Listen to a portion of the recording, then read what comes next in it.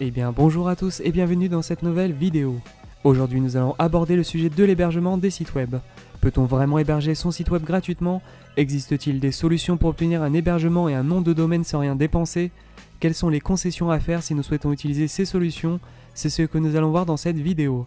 C'est parti. Avant de commencer, rappelons rapidement ce qu'est un hébergement web et à quoi ça sert. L'hébergement web est la mise à disposition de contenu sur Internet. Un site Internet représente le cas le plus connu de l'hébergement web.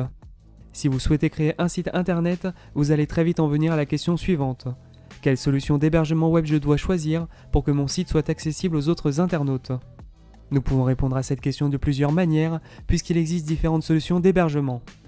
La plus connue est l'hébergement traditionnel payant, avec des caractéristiques différentes pour chaque offre. La deuxième solution consiste à héberger son site web directement chez soi sur un serveur privé.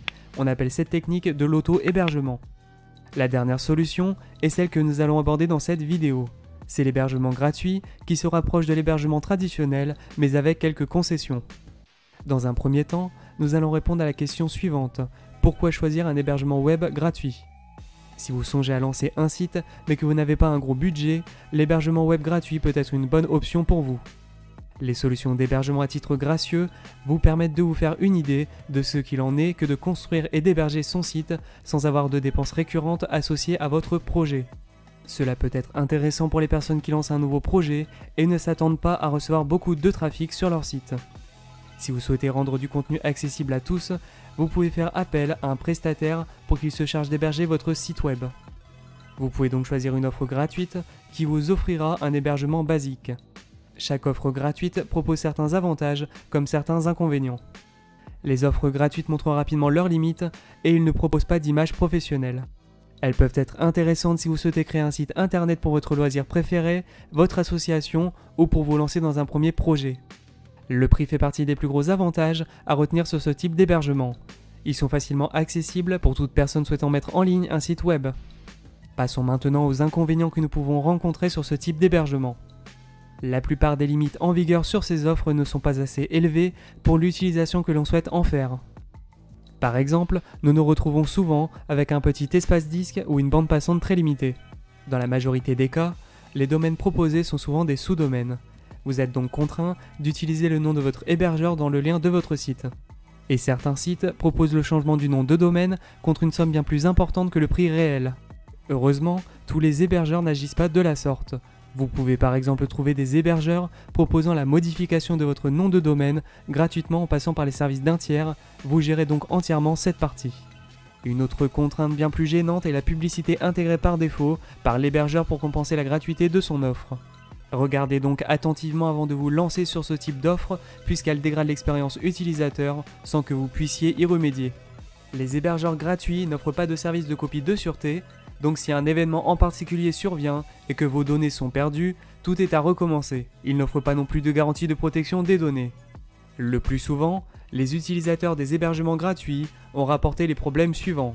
Un chargement lent des pages du site, quelques plantages réguliers et pas de support accessible. Si toutes ces contraintes ne sont pas un problème pour vous, nous pouvons passer à la pratique et obtenir ensemble un hébergement gratuit ainsi qu'un nom de domaine pour vos petits projets. Pour commencer, rendez-vous sur le site Freenom pour obtenir votre nom de domaine. Si vous ne possédez pas encore de compte, je vous conseille d'en créer un pour pouvoir gérer par la suite vos noms de domaine facilement. Une fois connecté, sélectionnez Services dans les menus, puis enregistrez un nouveau domaine. Choisissez le nom de domaine souhaité en l'inscrivant dans la barre de recherche.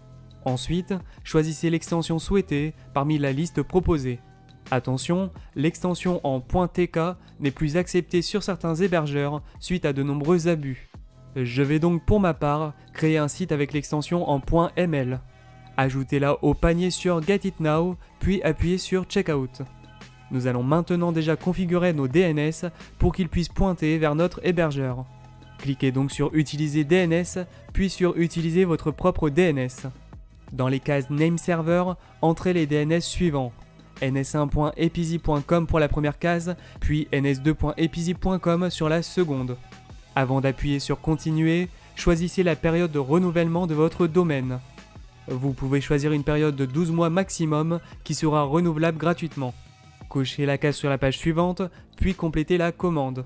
Maintenant que vous possédez votre nom de domaine, nous allons nous procurer un hébergement gratuit sur le site infinityfree.net. Il existe tout un panel de sites d'hébergement gratuits, mais ils ne se valent pas tous. Infinity Free propose un service correct pour démarrer un petit projet. Rendez-vous sur le site infinityfree.net, puis sur la page principale, appuyez sur Sign Up Now.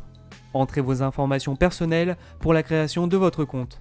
Une fois votre adresse mail et votre mot de passe entrés, vous devez activer votre compte avec le mail reçu sur l'adresse précédemment indiquée. Nous allons ensuite créer un compte d'hébergement en cliquant sur le bouton Create Account. Nous devons maintenant indiquer le nom de domaine que nous souhaitons utiliser pour la création de notre site. Nous allons donc nous servir du nom de domaine que nous nous sommes procuré sur le site Freenom. Cliquez donc sur Custom Domain, puis indiquez l'adresse complète avec l'extension que vous avez précédemment créée. Appuyez sur Search Domain, puis choisissez un mot de passe sécurisé. Cochez ensuite la case de vérification, puis terminez par Create Account. Nous venons de terminer la création de notre compte. Maintenant, nous pouvons accéder au gestionnaire pour y installer le CMS de notre choix. Pour cette vidéo, je vais installer WordPress qui est le CMS le plus connu et le plus utilisé. Pour cela, nous devons nous rendre sur l'utilitaire d'installation de CMS automatique qui est intégré sur notre gestionnaire. L'utilitaire en question se nomme Softaculous Apps Installer. Il nous propose l'installation d'une dizaine de CMS différents, mais nous allons nous intéresser à WordPress. Avant l'installation automatique, nous devons configurer rapidement les options disponibles. Vous pouvez par exemple changer le nom de base de votre site ou le répertoire d'installation pour les plus expérimentés. Indiquez ensuite le nom d'utilisateur souhaité, ainsi que le mot de passe qui sera utilisé pour vos futures connexions à votre site. Quelques options pratiques nous sont proposées, telles que l'installation de thèmes à ajouter à l'installateur. Si vous n'en sélectionnez pas maintenant, vous pouvez toujours en ajouter plus tard. Une fois la configuration terminée, appuyez sur Install.